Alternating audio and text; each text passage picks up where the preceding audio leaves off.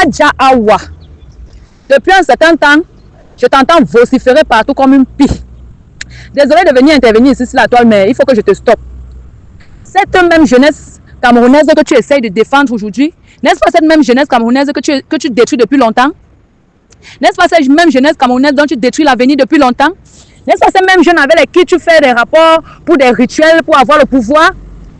Lorsque tu te lèves, une femme sans morale, sans dignité, de basse classe, sans respect comme toi, qui passe le temps à se balader partout, dans tout, trémousser son sale cul dans tous les lits du Nord, avec ces jeunes garçons récoltant ainsi les spermes et les sous-vêtements pour avoir du pouvoir. Je tiens à interpeller tous les citoyens camerounais, tous sans exception, y compris même ceux du Nozo, que tu es une femme de mauvaise foi, que tu es une femme qui est capable de diviser, qui est capable de détruire, qui est capable de s'aimer la confusion, comme tu as fini avec les énergies de ces jeunes.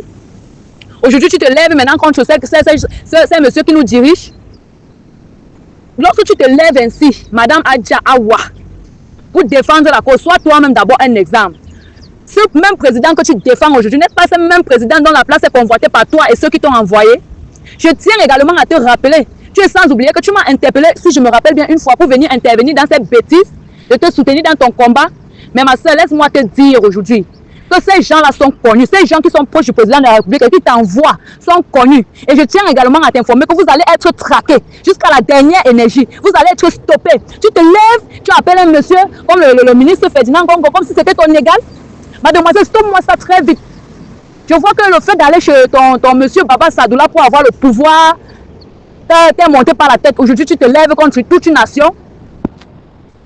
On ne peut pas être là à vouloir bien diriger un pays, à vouloir évoluer. Et une femme, une proxénète comme toi, une nymphomane sans vergogne, une femme qui n'arrive pas à contenir son sale vagin dans son caleçon, se lève et parle des bêtises. Une femme comme toi là se lève pour parler des bêtises. Tu veux défendre la jeunesse camerounaise.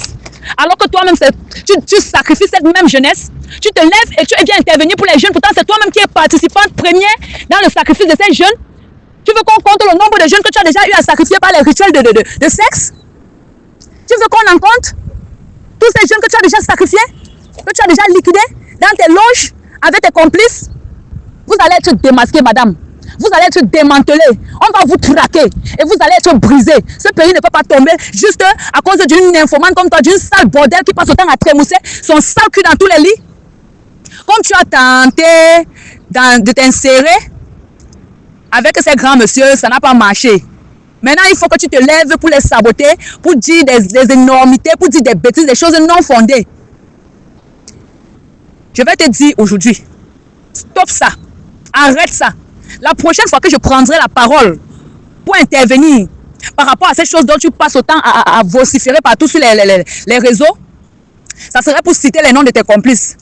Donc, je te donne encore une dernière chance d'arrêter ça avant qu'il ne soit trop tard. À bon entendeur.